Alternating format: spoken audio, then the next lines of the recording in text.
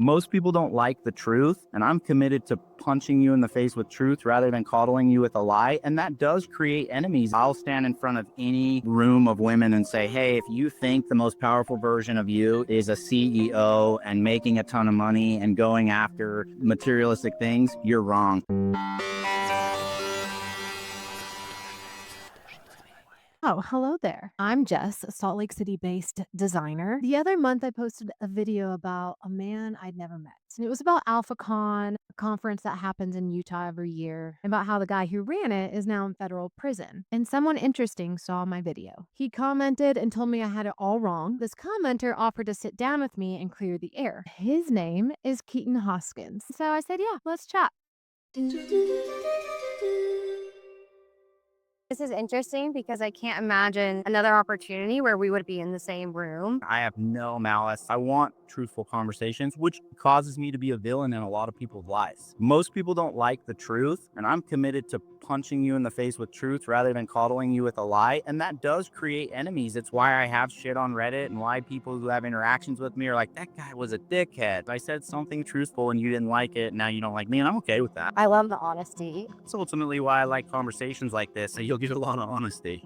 I really want to know how you got started, like who you were before the muscle. I fell in love with entrepreneurship. I've done about 50, 60 businesses. One of the companies I built was diesel sellers, and we started doing skits. And then the Discovery Channel saw us and they were like, hey, we want to do a TV show with you. We became famous. How did we get here? Well, let's back it up a bit.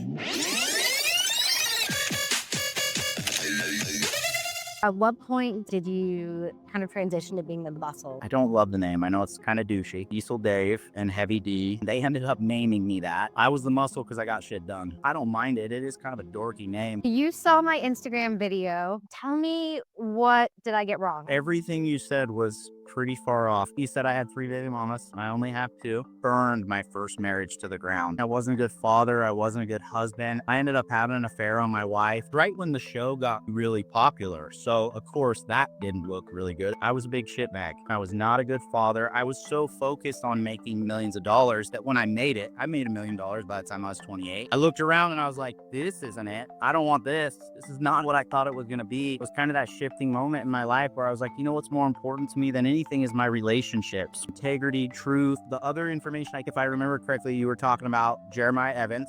He did AlphaCon. I realized that AlphaCon was very male chauvinistic. It was a little bit douchey, but didn't really have much to do with it other than I was paid to be there. AlphaCon, absolutely life-changing. Wanted to put this on to provide as much fucking value as I possibly can. Greatest version of you. That's what an alpha is. That means you're top dog. Nobody put that event on except for Jeremiah. He had a good business plan that made sense. Help people buy Amazon stores and get them up and running. I was actually a victim of that. I bought 2 stores from him. When did you find out what was happening? All of a sudden, the information started coming out that hundreds of people had bought these stores and none of them were being serviced. That I was like, oh man, I know exactly what this is. He started to get indicted and all the shit that ultimately came out that he ended up in prison for 8 years. I don't care what regulations come out in this country. I don't care what they try to do. You can't fucking tell me what to do. I'm the fucking king.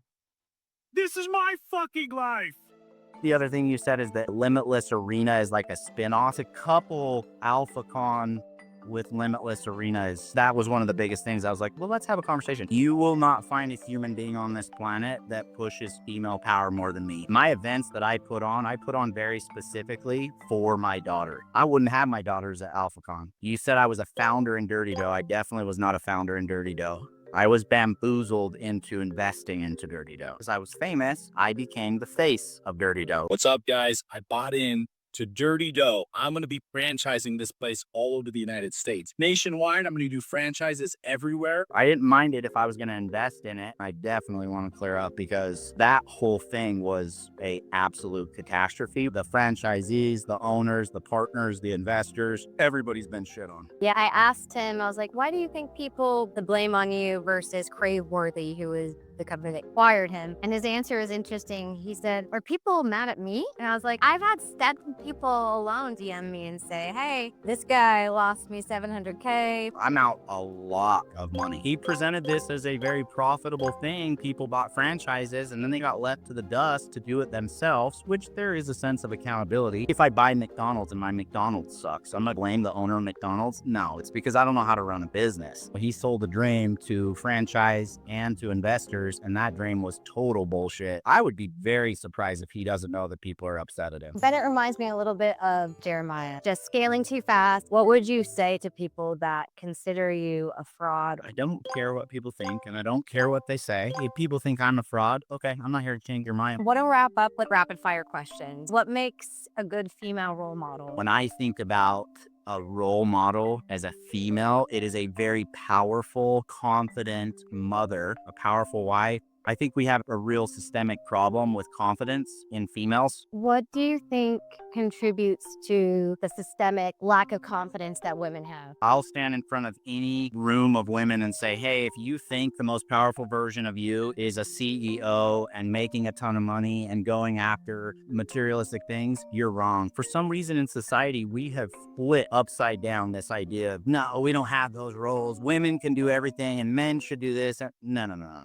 When we got married, I said, listen, the most important work that you will ever do will be within the walls of our own home. The most important work is going to be the work that you put into our marriage and into us. That's what I want you to focus on. And that's why I say a lot of people don't like me. I mean, I get hate.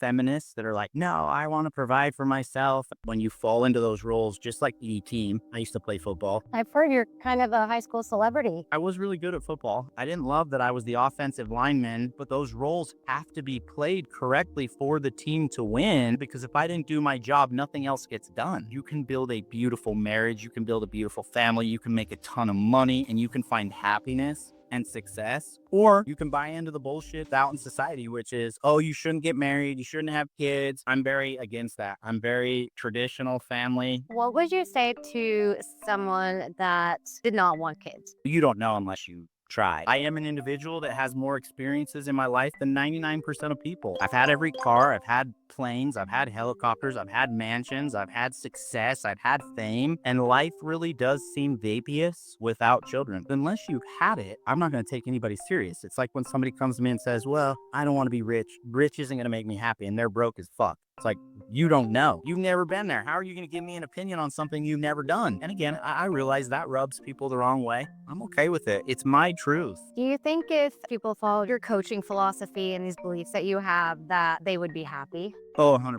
The greatest version of every human being is limitless. That's why I call it limitless. I genuinely believe we have a God who's our Father. If we are heir to Him, what's impossible for us? Nothing. So what would you say to someone attending Limitless Conference, VIP, paid $10,000, and isn't seeing the results they want to Did see? you go to college? Yeah. I didn't go to college. I'm not a big fan of college. If you take 100 people and you run them through the same course of education in college, are they all going to have the same outcome? Nope. Why? Everyone practices differently. Everyone puts in different effort. Why isn't every human in good shape? Because they don't do it. They don't have the discipline. They don't do the work. Back to rapid fire questions. On a scale of 1 to 10, how bad is your road rage? I am not emotionally healthy behind the wheel. My road rage is usually a 9, but I think I'm down to about a 7. People in cars piss me off. If you had to guess, if I was a Republican or a Democrat, what would you guess? I would say liberal, because liberals mostly get information that isn't true. Liberals have no idea what they're talking about. Your nickname is the Muscle. If you were to have to give me a nickname, what would it be? Gossip queen. Who has done more for the world, Donald Trump or Kim Kardashian?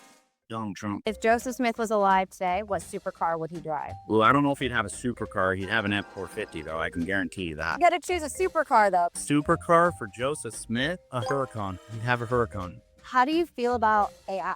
I know it's the future. I know it can build massive wealth. I also think it's going to bring a lot of problems. What do you want people to take away from this conversation? Simple. All the fallacies that you had in that statement that aren't true, ultimately to know those aren't true, and to hear my message to the world, which is you genuinely are more capable than you realize. That's all I got for you. Thanks for chatting. The more you say truth, the more people will dislike you. I appreciate your time.